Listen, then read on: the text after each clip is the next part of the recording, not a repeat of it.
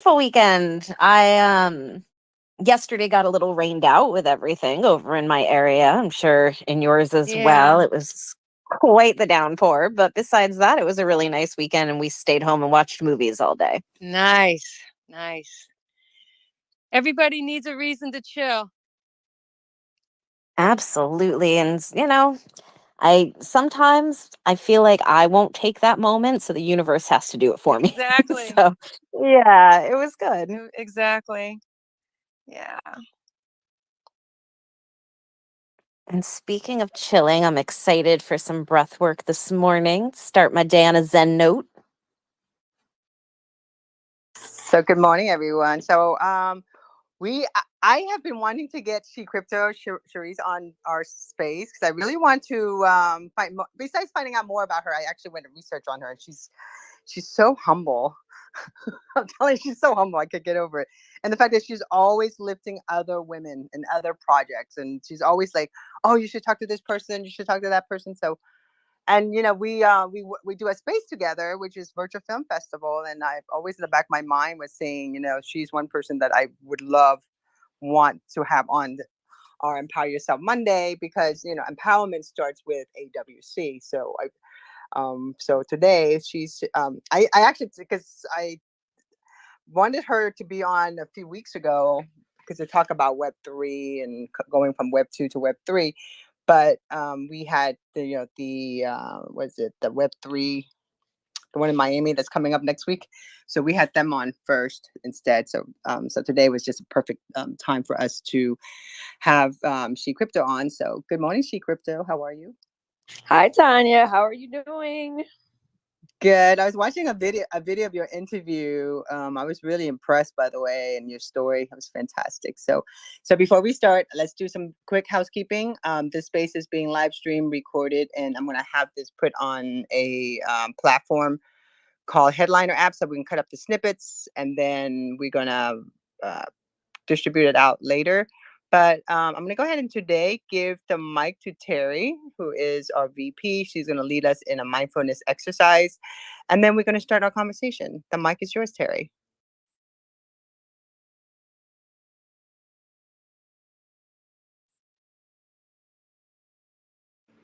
Terry?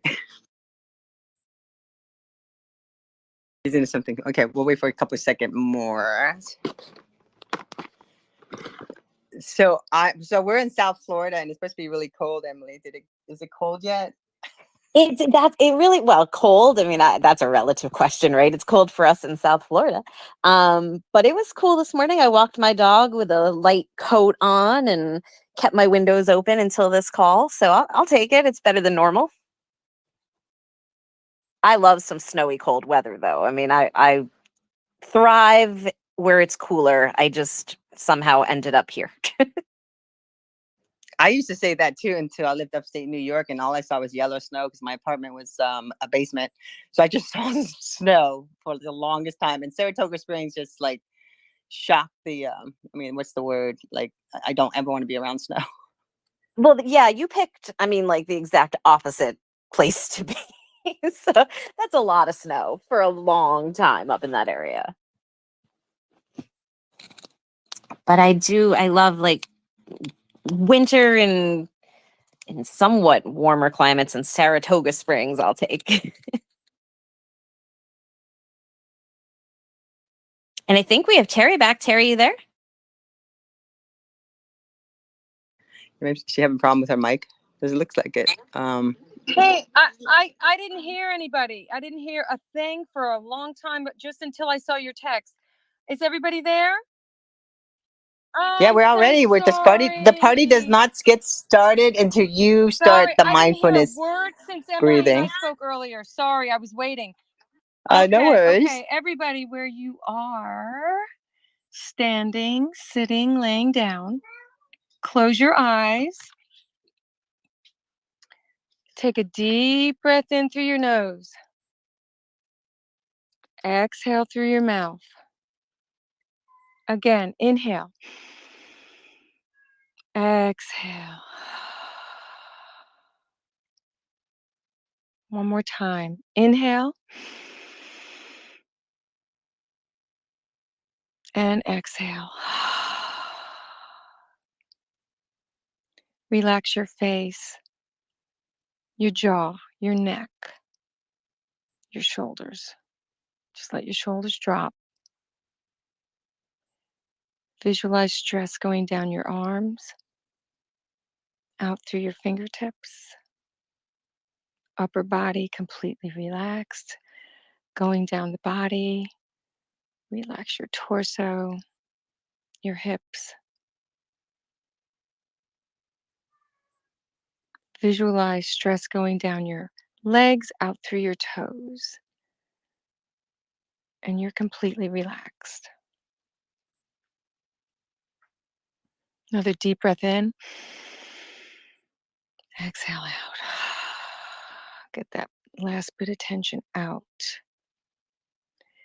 Now just gently breathe in and out through your nose. Eyes still closed. And all I want you to think about is visualizing the air going in and out through your nose, like a gentle detox for your mind.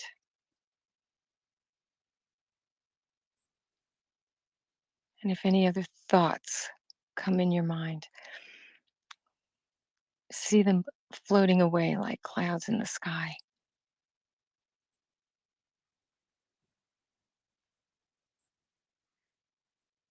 Gently breathing in and out through your nose.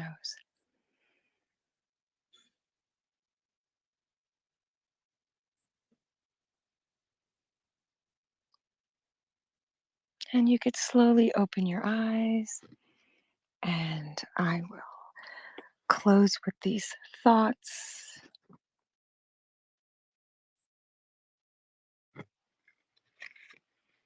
Wellness is our natural state. Disease is an imposter. Memories are clever imposters, making it appear that an experience or relationship cannot be healed. If you believe that, how can you heal your body or protect your health? Replace imposters with a higher truth. Namaste. May the divine in me honor the divine in you. Thank you. Thank you, Terry. You're welcome.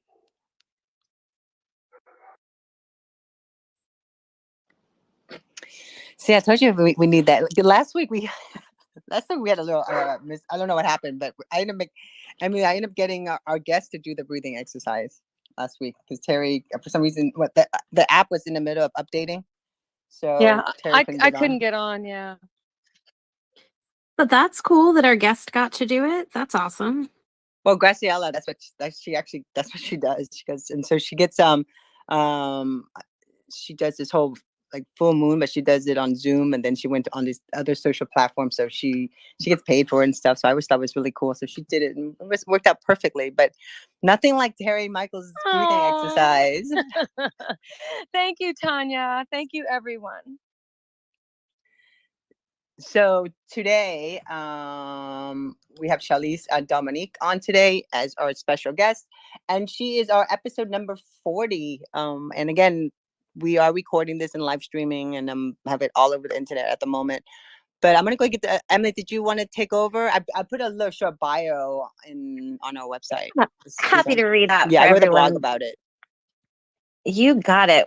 Well, hello, everybody. I'm Emily Taffel. I'm the communications director, and so excited to have with us today Shalyse Dominique. Shalyse is an American film and music producer, and after a decade of producing several independent feature films, the most notable to date being Modus Operandi, starring Mark Borchardt, I hope I'm saying that great, and Danny Trejo. And she embarked on her journey to write, direct, film, score, and edit her first feature film, Legal Threat. And anybody who knows anything about film knows that is quite the undertaking to do all of those different positions for one film. And in addition to producing films, she's also known as a music artist and a producer, and she's produced music for the television network MTV. And I'm really excited to talk to you today, Shalyse. Thank you so much for joining us. Thank you for having me. Appreciate you, Tonya. Well, we appreciate you for being here. So I didn't really know much about the MTV project that you were working on, but can you tell us a little about yourself and how you started and your background, like where you came from and what you did? What kind of schooling did you have? Tell us about that. Okay. Well, first off, I appreciated the breathing exercise. I just want to put that out there.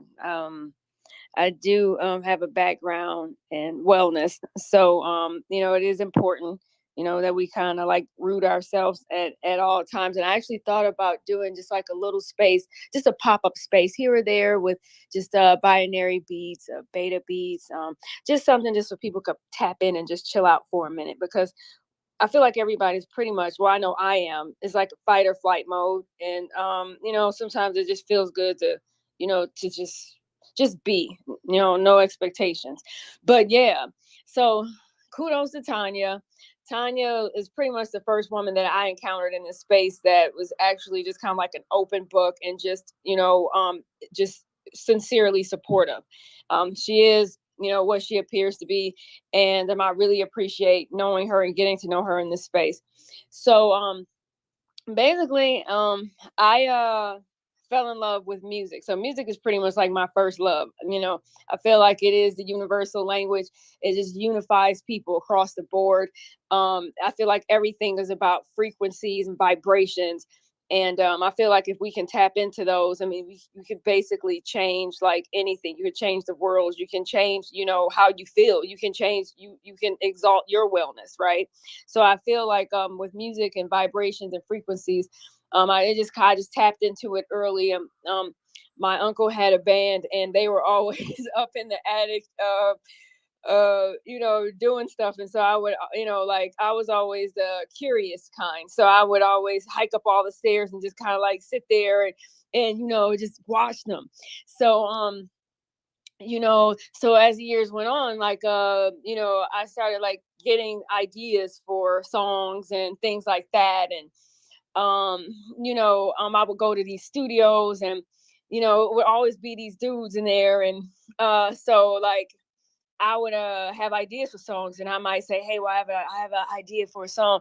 Can you do this or do that?" So they really wouldn't listen. Like it wasn't one of those like deals, like what do you call it? Like I was watching something, and there's like a documentary. It was like no Burt Bacharach or nothing like that. Like they gave you what they gave you. So at one point I was like, "Well, I don't really know." Like yeah, this is jamming, but like, can you add like more of a, at that point, I don't think I knew the words articulated, but I asked him, could he pretty much add more of an attack to the snare? And he kind of like said, like, he kind of clapped back like, well, I don't want to do that because that's going to change the whole vibe of the song. So why don't you, do it yourself, and I don't really necessarily, like I said, before I think I told this story, I don't think he thought that I would do it, but it really just the light bulb went off. And I was like, you know what? Yeah. So I think I will. So I saved up some money. I got this piece of equipment and I taught myself how to use it. And I never really kind of looked back, such a like freeing feeling and such a cathartic feeling to actually make a piece of music. I can't even really explain to you how it feels, but it's like you're painting like in colors with sound it's just I really can't articulate into words what it feels like when you actually compose like a piece of music. Because it's like all of your feelings coming out in a musical form, whatever you're going through. I will look back at something and listen back at it and be like, wow, you can really tell, what I was going through at that point. So that's how I kind of got into music. And then it took me a while to actually be able to play something with MTV. It was a lot of, I went to school for sound engineering, and that was something that was really kind of a daunting process, but it taught me so much. And I went back and forth, from a different like from the capital back and forth to my city for like 4 times a week. So it was back and forth, back and forth. But it kind of just taught me about balance, because that's what life is also about, not just about the frequencies and vibrations, but also about the balance between things, and life is about balance. And I felt like that's what going to school to be a sound engineer actually taught me, is that, there's a balance there when you're trying to, take these sounds and make them work together. So that's pretty much what life is about. You have these frequencies and vibrations, and you have to create balance, so then you can create like harmony, right? It's about, being like balanced. So yeah, so that's what happened. And then I got out of school, and they were supposed to place me in an internship. And I, being my own woman as I am, I made my own internship. And because I kind of felt like it was a guy who's actually, pretty well, he's on like movies and things. He's kind of well known like now. And I was going to be like in his camp or whatever. And that's where I placed myself, because I thought it made complete sense, because they're from my city. So I actually somehow got his mother's number, and I called, and I was like, yo, I'm doing this, and I can be of some assistance. And she said, well, we're in Atlanta right now. I said, yeah, I know that, so I'm gonna go down to him. So I packed up my little, at this point I had like it was a truck, and I rode down to Atlanta, to hit this internship. And that right there was like literally like where the beginning of my paradigm shift began, because that's when I got to actually really understand that things aren't necessarily what you think that they are. And so from that moment on, I think that and I'm really kind of like abbreviating this, because while I was in school for being a sound engineer, I had already helped like make a feature film before, and it was just like the most trying experience that I have ever had to deal with. And so I knew that I wasn't going to be able to really make anything happen from that situation. So I had went to school, and I had met this guy who was working with Mark Borchardt. And Mark Borchardt, he was like well known in my city. He was like all of the official film geeks. Everybody knows who he is, because he was in this documentary a long time ago, and it got nominated for an Oscar. And everybody's like, well, cool, because it was pretty much about, making a film and not making a film. And if anybody who's trying to make a film knows what that is, well, then it's like it's like he made it even though he didn't make it. And so for us in our city, it was like this big thing. It was like, oh wow, like he didn't make the film. He never made the film, like that's the funniest thing about this whole story, is he never made the film. But somehow him being documented in a documentary about not making the film, he made the film. And that was like the thing, so the documentary of him not making the film actually that actually made I don't know, it got nominated for an Oscar. And so this guy that I knew, or that I ended up meeting while I was working on another feature film, which was like a film. I was like going to get like this old like equipment, like because we were just trying to make $1 out of 15 cents. So I was trying to find this particular stuff, and they had it in their store. And I was in charge of like the sound. I was in charge of a lot, too much to be trying to make something. So I went to the store, and I met this guy, and he was like, okay, yeah, and I think at this time it was pretty much like a rap. I don't think he was really like, and he was like, yeah, I'm making a film and blah, blah, blah, blah, blah. And at that point, I knew I wasn't going to work with the other people. So I said, okay, I'll tap in with you a little later. So I went about my business. But when I came back, he would hit me with like discounts or something.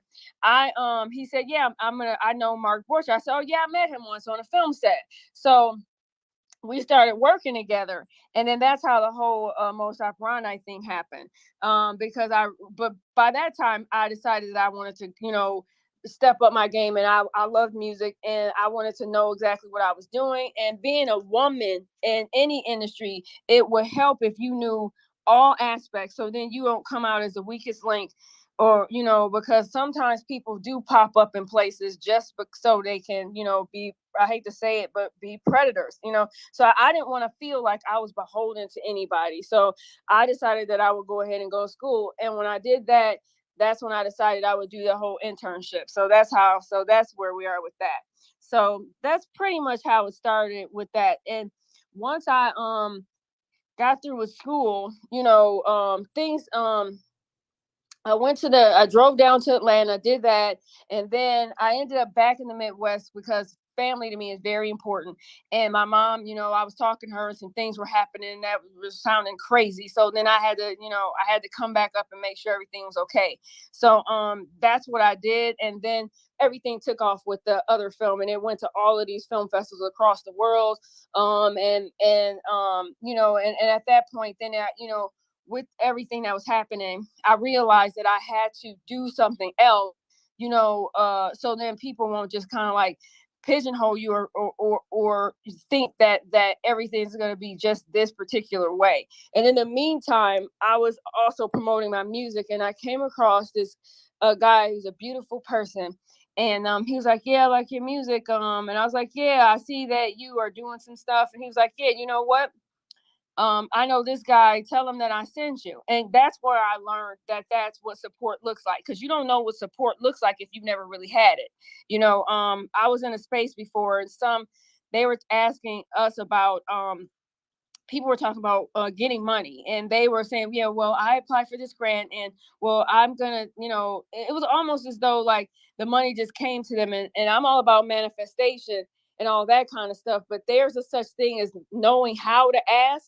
And I feel like women, and especially women of color, like we don't ask for money at all. Like, I mean, that's just kind of like a taboo subject. You just you grind it out, you mash it out, and you make it happen. And so for me, that's when I learned, when that guy said, hey, then that's when I realized that is what support looks like, other than like your mother or your aunt or something. That it's like, hey, that doesn't take much, and that's something I want to impress upon anybody who may be listening to this, playing this back. If it's for you, it's for you. It's going to happen. You can will it into fruition, but if it's not for you, it's not for you. And if someone is going to be have effective feedback, not effective criticism, but effective feedback, and if they're going to actually refer you, that's what it is. You shouldn't have to jump through all of these hoops, pay all of this money and all the rest of the other crazy stuff that people fall into. Like, I want to let that be known. That's what support looks like. Hey, I know this person, you should know this person. Hey, I know this person, I'm referring you to this person. And it's just that. So it's all about, I think, your worth, knowing your worth and doing the work. So yeah, that was a bit of a spill, but so that's how it happened with MTV. So then I got some placements there. And then I was like, okay, cool. So then things happened with the film, and we were going all over the place. And I was like, okay, now I kind of feel like what it feels like, but I had no, and my mom helped executive produce this film that went everywhere along with myself. So it was an interesting thing to be a part of something, but not be a part of it. It was like being a producer of a film is like you're the bad cop. And I learned that, and it was very interesting because if you like, I'm an artist, so it was putting me in such a weird position, because it was like my artistic integrity wasn't necessarily being honored, so to speak. But at the same time, people, I was helping something come to fruition. Like, I was helping getting name talent, I was doing these things. And that's when I said, well, a lot of this stuff that we helped, I couldn't even relate to it. It didn't mean anything to me, and that's when I realized that I wanted to make something, great, and I wanted it to actually mean something. And so that's when I got inspired by Paradigm Shift, and then I wrote Legal Threat. And so then that's where we are pretty much, and it took a while because I had to save up money. I had to research the kind of tools that I wanted, that I could be able to actually that were feasible for me to actually, do, to acquire, to make this film. So I had to do that. And then I read and took a lot of tutorials. I had already like messed around with editing before, so it wasn't completely foreign. But because Legal Threat had like a sci-fi element or a lo-fi element, that put a level of difficulty, or the degree, that was a little bit ambitious, I would say. But the script was good enough to catch the attention of a guy who actually is a DP, and he's worked in LA, and he worked on Looper and a lot of like Hollywood films. So he was like, all right, well, I really like this film. I like the script, and I could think, that we can make something happen. So he happened to be in the Midwest, and he actually decided that I said, okay, fine, you could be the DP. I got a couple of 3 or 4 people to come and help. And that was the first day. And that was the last time I saw him. Like after that, it was, he went packing. He said that that there was a film that, that was, I think it was either in Texas or something like that. And it was at $1 million budget. He wanted to go obviously and do that. And obviously I didn't have a budget. And, that was that. So I had already saved up for the equipment and the vintage glass that I knew that I liked the aesthetic. And I took it from there. So you had somebody that was going to work with you, and then he backed out because he got paid better money somewhere else? Yep. He got paid. And honestly, the first day was like hell on wheels. I'm not going to even cap. Like the first day, I honestly feel like we sent Hollywood packing. Like it was a trip. It was like I had everything scheduled to a T. I had all of these great locations, but it was a lot, and he it was just an interesting but I knew that I was going to be doing most of the work. I just didn't know I would be doing all of it. But I think that, when you watch the film, I mean, the way you shot it, and the way the intricacy, the art, the everything, even the point of view, it seems like someone put millions of dollars into it. I appreciate that. I worked really hard. Like I was, like the cast will tell you, when I had a very small viewing, at a theater, and I wanted to make it, I wanted the resolve, to be there. Cause a lot of times when people make films and it's not shot on like all of these like expensive like film cameras or digital film cameras, when you put it somewhere, it doesn't resolve very well, and you can kind of tell when you look at it. And that was very important to me, that the resolve was there when you projected this on a theater. It was like a theatrical release, that it would look nice.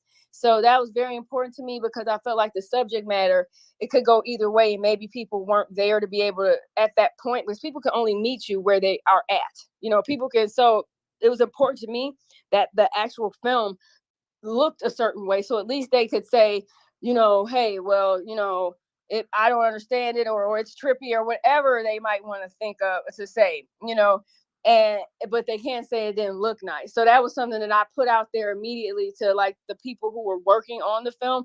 And so that's why a lot of times people do things, they kind of just push it over the side, and then they go over to the next thing. But it's important for me to like keep going with Legal Threat, because these actors and actresses believed in me, and I think they did a phenomenal job. You're dealing with just me and my mom, and like my mom did the catering and the clothes. So when you're dealing with one person, not one person can't do everything. So there's going to be things that are going to be, there are going to be mistakes that happen. I learned a lot in post-production. It was a bloody mess, but I learned so much. And I think that that's the best thing about it. So then the next thing will be bigger and better. But I'll stick it out and get a form of distribution for Legal Threat, because that's what the cast deserves. They stuck it out with me. So you create that's how we met. But I wanted to also talk to you more about. I actually posted some links in the speech bubble underneath on the space. About some of the I think I was watching a video interview you did for Film Girl Film Festival interview with Legal Threat director. Yeah, that was incredible. That was in 2020. That's during like the craziness of COVID, and also I love the way how far you guys sat from each other. I know. In the same room on the same stage. Yeah, but, it was really weird. And then I didn't drive, because the place that I was gonna enter, it's in No Studios, and No Studios is like I don't know, the guy who was like did like the 12 Years of the Slave, like his joint is like right not far from where I live. So I'm thinking to myself, okay, I can get there really quick. And it was such a mess. It was like, I had to end up like catching I couldn't even get an Uber. It was a mess. It was like a weird time. Yeah, that was right in the center of it. But yeah, she actually is amazing, like film festival for women. And I hope to actually be a sponsor one day, because I appreciate what she's doing. Yeah, no, I loved it. I loved the story. I loved a little bit about your background. I kind of want to touch a little bit about that. Sure. But was this what something that you always thought you're gonna do when you grow up? Um, I just knew that. Well, my mom said that I came out snapping my fingers, and there's a picture of me actually doing that when I first came out. So I think there was an inkling or something. Like I said, I've always been peculiar. I've always been the curious kind. I've always wanted to take apart things, figure out how they work. While other kids were like, like say for instance, we were getting ready to try to play volleyball and the net didn't work. Most of my cousins would just say, it don't work. Come on, Shalyse, let's go this way. I would still be there trying to put it up, trying to figure out why isn't this working, so I think that it's just the innate it's just who I am. And coming from an artistic family, people who are writers and anything you could think of, I don't think it was a stretch.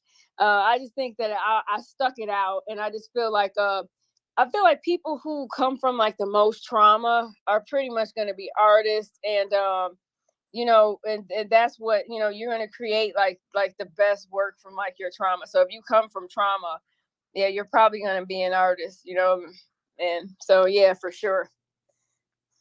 So when you say you came from trauma, did you come from trauma? Well, when I say, I don't mean drama with a D, but trauma with a T. So, that's what I meant. Trauma with the T. Yeah. Yeah. Well, sure. I think everybody has like, some type of traumatic things but I feel like, I come from a space and time where I feel like drugs are just completely just ruined, like, generations of people.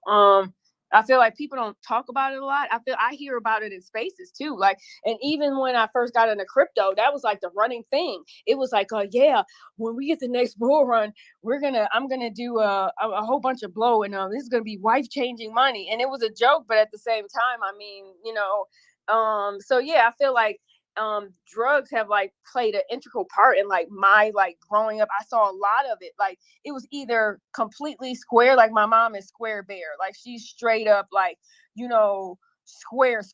I'm talking square, and so are her sisters. But the all around me, everywhere else, it was drugs. And even I didn't even think about it either, because until I actually got through with Legal Threat as far as writing it, and I was in the throes of actually making this film. And my uncle, he reached out to me from rehab, and he was like, I need you to write me a statement, I guess, or like I don't want to call it a victim statement. I don't know what they call it, but it was something like that. And then that's when it hit me, and I was like, wow, like I really, like, this has permeated every facet of my life, because I couldn't even write a movie without it not being about drugs. Sure, like, if you look at Legal Threat, you don't necessarily think that it's about the drugs, because there's so much else going on around. But if you actually look at it, it's pretty much about an addict. Like, he couldn't even get his shit together, like, I don't want to give away too much in the movie, but most of the time when people are addicts, the whole point of being an addict is not being present. You don't want to be present for whatever is happening, so you check out and you anesthetize yourself or whatever the drug of choice is. And then let me be clear, this is not me going in on addicts, because you can be addicted to anything, food, and whatever. Like at this point, I think. No, I was addicted to matcha green tea latte during the pandemic at Starbucks. I think I got all my weight from there. Listen, we don't want to start about the latte, because every day I have to have masala chai. That's like my deal. Like, I'm all about masala chai. Matter of fact, when I was a kid, I didn't even appreciate any of the food that was put out. I really like East Indian food a lot. But yeah, so the film was kind of like I think in a way that's mixed up in it, and you would just have to look for it when you see the film. Let me pin it up real quick, and I'm gonna go fix the live stream, because I have the live stream perfectly laid between all of it, like just to show just us, our avatars. Mm-hmm. But let me share it up here so everyone can see it. Like, I just went to the Legal Threat on Film Freeway. Yeah. posted that real quick so everyone could see that. And I think too, with people who have grown up around seeing people like succumb to like addiction and like drugs, I feel like you either go one way or the other way. Like you get wrapped up in it, or it's just not cool to you. You know, it's not cool to you, and you don't even mess with it. It's like you see people doing stuff around you, and it doesn't really touch you because that's all you've seen.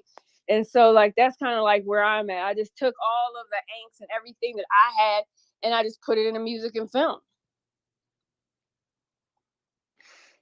That's wonderful. No, I love that. And then how did you get into crypto? I'm kind of curious because I want to talk like a little bit about communication, Web3, because like I said, Women Communication South Florida chapter, we have been embracing Web3. I mean, we started, wasn't it, I forgot what, it was August of something, or June of last year. We did a space about social audio, and then we did one about women in NFT. Yeah. Yeah, we've been, I mean, from the get-go, Tonya's always been on the forefront of all this stuff though. So she like leads the way for us. But yeah, we've been talking about it for quite a while. And I think Web3 is so interesting in the film space overall because there is so much opportunity there. Yeah. I think film 3 is just, I think Web 2 was about ultimate exposure and Web 3 is about ultimate access, you know. And I think that something that could be accessible doesn't also mean acceptance. But I do feel like with film 3, there is a group of people, you know, who basically want to live their art. They want to own their IP, and you know, they want to be able to make a sustainable living, you know. And I feel like that's pretty much what film 3 is about in a nutshell. I think innately, when it comes down to is human nature, we like to try to wrangle things, and the beauty in Web3 is that it's supposed to be all about decentralization. So that's the thing that I really like about Web3 is that, you know, it's almost like you can't wrangle it, you know, and you can just place yourself. And as long as I've immersed myself in the space since 2017, and learned a lot. And you know, crypto is definitely a psychological, you know, thing. And I did make a quip about people who have endured the most are doing well, because what happens is you just kind of hunker down and you just hodl, you just hold. So I actually, the funny thing is, right after the guy quit, when I was in the throes of legal threat, I saw something about Bitcoin. And I while I was trying to do like a rendering or something, right? And I said, what is this? So I looked into it a little bit and I downloaded a wallet, but there was all of these little cryptic little, you know, like we know now, wallet, but I didn't know. And so I was looking at it, and then I said, okay, I'll download this wallet. But I had like an old computer, it was going really slow, and I wanted to make the movie. The guy just quit, so I didn't really invest any time in it. So that was like a while ago, right? So I am like, I forget where I was, but I was almost like to the point where I was over the hump with the movie. And I saw something go across my phone and said something about Bitcoin being like $20,000 for one. And then my heart just like sunk. Cause then I was like, wait a minute, was that like that wallet that I put on my computer a while ago? And then I was sick. I was like, okay, oh wow, I should have been like paying attention to this. And I think this space is really full of a bunch of critical thinkers and people who question things. You know, we just don't go along with whatever is fed to us. We actually take it apart and think and analyze what it is. So I from that moment on, I was like, oh God, like, so I started doing more research, and then I stumbled across like a video, and it was about XRP, and then I did more research, and then I found out about ISO 222, and then I did more research, and I said, oh wow. So I became, and by that time it was a little more, it was difficult. It was a little difficult because at that point, Bitcoin, in order for you to get it like XRP, it wasn't available. You had to go on Binance. And so I had to teach myself how to get all of this stuff, and you know, and put it together, and you know, and so that's what I did. So I taught myself how to acquire XRP on Binance. And at that point, I think at that point it was like $2 because I got like 72 of them, and I thought I was doing something. But ever since then, I was like hooked. It was like, okay, you know, I get it now. So then I started immersing myself in crypto. I got into Telegram, which I don't know, I don't like Telegram. Telegram is like the trap of crypto to me. It's like I'm not feeling it, but I got all up into that, and it taught me a lot. And you know, I just kept researching. I kept reading, and to this day, I still have Dave Swartz's patent on my phone for the digital ledger technology. I still have it on my pictures, because I mean that like is like a 1991, I believe. So that's to show you like what time it is. Like, this is deep, you know? And so it's just a reminder. So, but yeah, and I've been immersed ever since. I'm constantly studying. There's so much going on. And I would just, you know, encourage everybody just to keep studying, and, you know, and don't make too much move too quick. You know, haste makes waste, but, you know, just study. And the there's like fundamentals, you know, now that have pretty much separated themselves from the pack, in my opinion. And so just do your research. So I know, because I know crypto right now are going through some crazy stuff. But then if you really look at what Film 3 is doing, and music NFTs and all the different opportunities that are happening. So I've been following the whole FTX thing and all the crazy stuff that's happening, but yet I still have a lot of positive thoughts about the Web3, because it's how you make it. And I feel like, as with filmmakers and musicians and producers, there's so, like, the sky's the limit. It's like collaboration, and like you're like you say, just be careful. But I feel that like it's gonna go. It's happening. It's just like, I don't know, Emily. Remember the early days of social media? That's how Emily and I met. We met on Twitter, actually. The early days. I know Emily as Emily on the Ave. We never even knew each other by. I think I was always known as No Aging. So when I went to an event, people just called me No Aging. I didn't really use Tonya at all. so I have it on my profile, but my Twitter handle was a main thing. So back then, when we used to have our tweet ups and stuff and talk about social media, I think there was just a small group of us, right, Emily? Like we geeked out together and we talked about this, and that's how I feel about Web3 now. It's exactly the same. Like, it's just the small groups that are and slowly bringing in more and more believers who are like, oh, okay, yep, this makes sense, and this is where things are going. But it was definitely slow in the early days of social, and it's slow getting people into Web3 now. I think people are just so scared of like things they don't know or learning something new. But I think the whole entire space is so fascinating. And I'm going to repeat what I repeat literally every single Monday, but women have to jump into the space. They have to, because we don't have equality and equity in the real world, and we need it in the virtual world. So they're creating this whole metaverse and this whole digital world, and we have to be a part of it. And so women have to put the fear aside and put discomfort aside and jump in and learn it and empower one another to lift each other in the space, and then we can make big changes. Well, that's my goal for like the getting into Web3, understanding all this aspect. I have a communication company. My specialty is just anti-aging, age management. So that's what I specialize in. But crypto, blockchain, all that, the research for all the age management researchers I work with, I feel that this is where they need to be too. But then on the flip side, like, with the cost of living so high and everything, and a lot of people can't afford to go to these big conferences. And so if you're able to create something like a metaverse, a duplicate of your actual conference, and make it hybrid, and really have that feel like that's part there, besides just doing a Zoom, because you can do like Spatio, which is you can do an XR or AR feel to it. I just feel like there's so much to do, and especially for women, because the creativity side of it. Because when social media happened, and then you have the Instagram, you have all this Facebook, and all of these businesses popped up. I feel the same way. We might not get, a lot of women might not get into crypto, but they might find a good blockchain to work on, and never know, and they've been part of it. And then, they can build their own. I'm like you, Emily. I can see you build yourself a metaverse for your yacht show. Because you do a lot of boat show and stuff for your client. Believe me, so the yachting world is slowly, I shouldn't even say slowly, it's very quickly now all of a sudden jumping into the concepts of the metaverse and NFTs, and there's charter yachts like on a metaverse now where you can take yacht charters virtually. And also, like, for us on that end, that's been so fun to see, and the different ways that we can use that. And then I have another client who's working on a female specific metaverse space, like a space for women to be able to go into, and she's looking for funding for that. But like, it's it's awesome to see what people are doing and the creativity that I feel like all of us kind of went into that big traumatic slump after 2020. But I think we're seeing a rebirth of everyone's projects and all this creativity, and people are finally getting some energy back to do some really exciting things.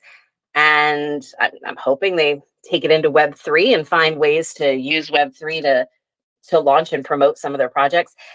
On the media side, I mean, there's even publications on the blockchain where you can pitch your stories. So we're trying to do more of that for our clients too.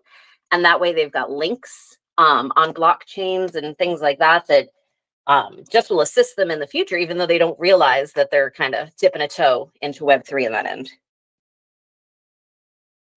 So She Crypto, so will you be doing a spatio, like one of those, because we do virtual film festival, and so we have Gina, who's always into VR. That's his specialty, Starseed Film and Music. That's what he talks about.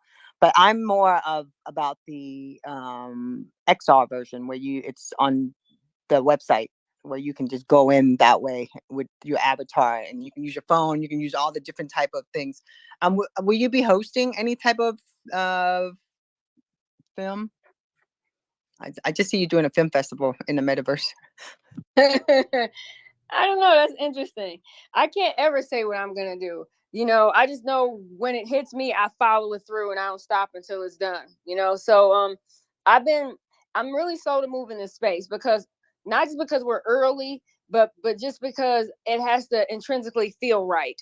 I'm not going to just start selling a bunch of pictures or stills for legal threat just because I've seen people do it. It has to feel right. So I know that the metaverse is happening, and we're technically already in it. It's just that, the tools are pretty much something that I don't think that people can wrap their head around, the masses yet. But once those tools become something that are second nature, like our phones, well, then everybody will be, technically more operable in this thing that we call the universe. So for me, you never know what I'm going to do. It just has to feel right. And sometimes, like I say, I have a motto: less is best, more is stress. Like all the sprinkle sprackle, sometimes you don't need it.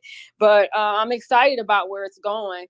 And I feel like a lot of times to be a service is like the best gift that you can give people. So I had been thinking about this for a couple of weeks, about just doing pop-up spaces where people can actually kind of I don't want to say vent, but I do feel like there's people just have angst, and I feel like it just really is kind of like a thing where it's like a homeostasis, like across the board, where people just get it out. I feel like a lot of times we hold in a lot of things, especially as females. Like I feel like the more woman you are, the more you can pretty much say, hey, listen, this is really not, or no, like I think people I think we were on a chat, and I think there's Lava Lisa's down there. Hi, Lava Lisa.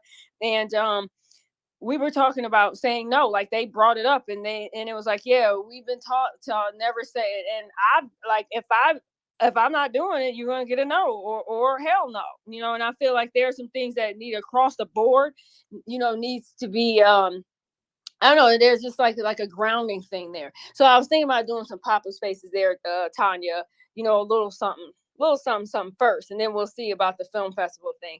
I do feel like I don't fit a lot of times, because this film is, it's a multicultural cast, and, me being like a woman, that's richly melanated, a lot of times they like to kind of like, I don't know, like I'm not about categories. And so this film is not about, some narrative where it fits. Is, we live in a world, it's a microcosm, and you meet all kinds of different people from all kinds of different backgrounds. And, so I don't, a lot of times I think film festivals, they can be a little bit myopic in that way. And I do feel like a lot of the film festivals are more of a politicized Ponzi scheme, Emily? Yep. I just wanted to jump in. Have you heard of the Bentonville Film Festival that's run by Gina Davis? I did. Yeah. Okay. Yeah. We rep a few films that have been in that festival, and it's amazing for women. It's amazing for people of color. They have special categories for like Indigenous people, women of color, women filmmakers. It's so female centric. And definitely, like, I highly recommend it for any female filmmaker just to attend, if not to put a film in the festival. But I do know some people in the festival if you need any contacts or anything like that as well. Oh, that'd be amazing. Yeah, anything to show the film. I think the people who actually were in it did an amazing job. Rebecca Bird ate that monologue. I wrote these like long monologues, and they are not easy to, to recite, and they ate them, as far as I'm concerned. So anything where people can see these people's work at this point, that would be amazing. I appreciate that. And I'll see. Let me tap in. Are we following each other? We're following each other. Yeah, reach out on DM and then I can put you in touch for sure. Okay, appreciate you, Emily. Absolutely. Yeah, And I know, Tonya, try we're to come coming to up. Florida. Yeah, right. 100%. We're coming up on the end of our time here. So I just want to see if anybody else has any questions. We can open it up now for them. If anybody wants to grab the mic, go ahead and put a hand up. Happy to give you the microphone for a moment. So I hope next year that you get into the film festival, like the Fort Laud. I like, I sponsor FLIF 2015, but I just noticed they haven't done much but the film festival is still happening, and then there's one in Miami. I think Sarasota has one too, in Florida, and you can literally like do a tour over here. But let me know. I love to see that, and I feel like in 2023 we're gonna see a lot more film festival in the metaverse while people are going. It's gonna be like a hybrid film festival. There's a lot of talks about that. Yeah, Flinch is there. He's working on a metaverse now, too. So there's a lot. Everybody's like really like on the metaverse thing. And I do feel like when it comes to anything, like people have to have like some kind of emotional pull or emotional impotence to kind of actually get off into it. So when it comes down to, metaverse and building in the metaverse, it's the same as, building a store, in the real world. People have to, actually be like willed or inspired or something, or I don't know, to actually go in. So it'll be interesting to see how this works out. I'm excited. Well, I'm part of this Church of Perpetual Life. It's a transhumanist church. So we talk about technology and health. But we rent the church out to different churches and synagogues and stuff. So that they're there.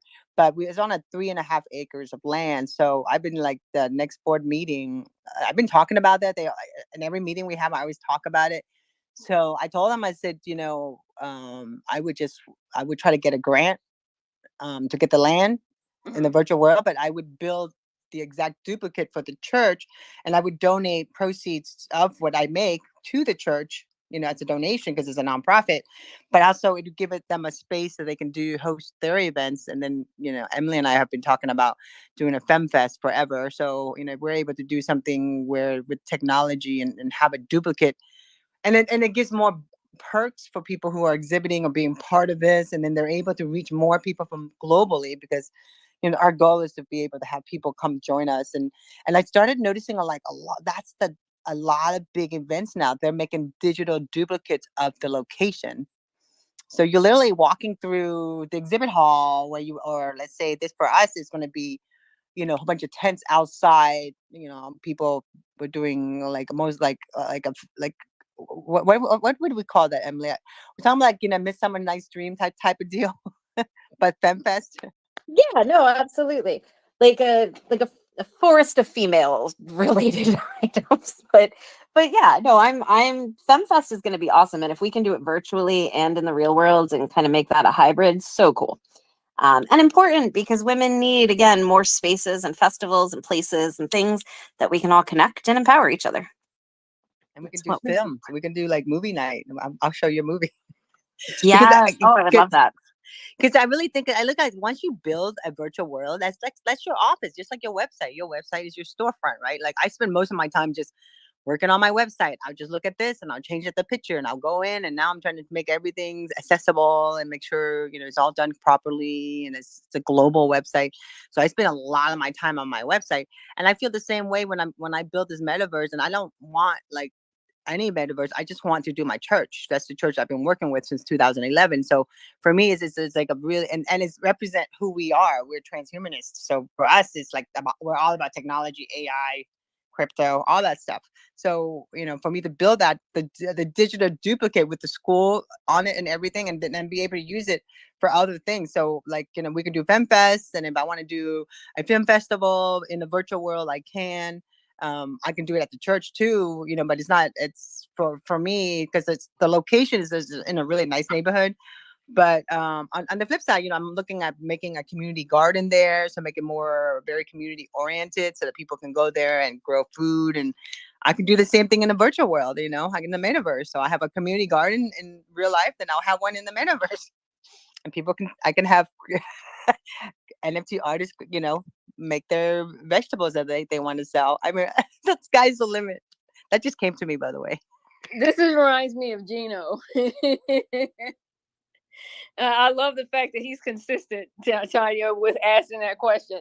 And it is coming. It's coming for sure. So just excited about what it means.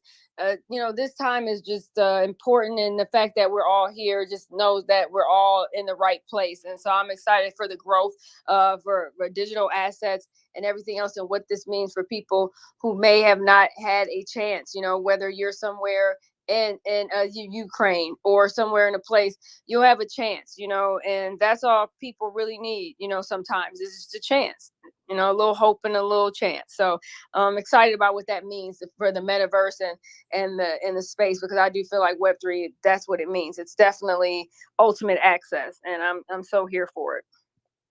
Well, I don't know, Emily, I don't know if remember Peter Nova? Did you ever meet him? Peter Nova, he at one time worked for the Royal Cruise Line, and then he got into crypto.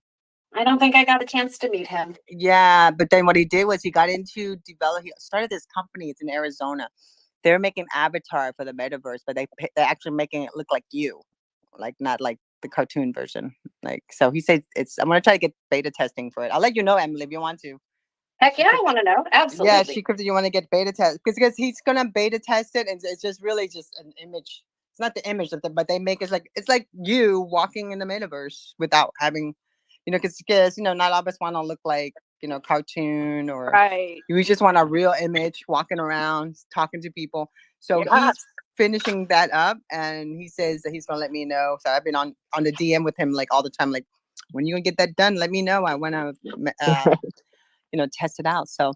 So it's about 11:03. We're gonna go ahead and wrap up the space. And Crypto, thank you so much for coming here and sharing your story. And we appreciate you. And I love your empowerment and the fact that you knew what you want to do. And I mean, I guess when you're born, you're snapping your finger. You know what you want to do. I appreciate you, Tonya. I appreciate your support, your authentic support. And it's been like that since day one. So you're a real one, and I appreciate you. And thanks, Emily. And Terry. Thanks for being with us today. And thanks for everybody for listening today. And join us next week on Monday. And Crypto, before we let you go, can you tell us how to get a hold of you? What's the best way to get a hold of you? Well, if you're on Twitter, like everybody, like I'm hooked on Twitter right now.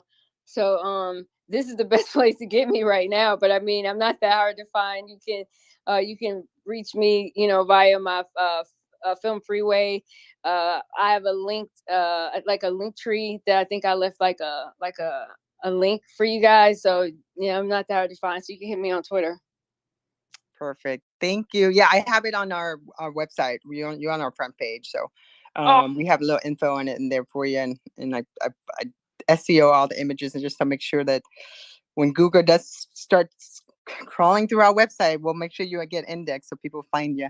Appreciate but again, everyone, thank you. We'll be back next Monday for another episode of Empower Yourself. It's episode 41. Our goal is to upload all the episodes, but we're cutting up the snippets to create our own version of our audiobook featuring all the wonderful ladies that we featured this year. Especially being able to document and also talk to all these incredible women that have empowered themselves and empower others. And Crypto is one woman that I just felt that we needed to feature. And again, everyone, have a great day. And we will be back next Monday at 10 a.m. Again, thank you. Bye, everybody.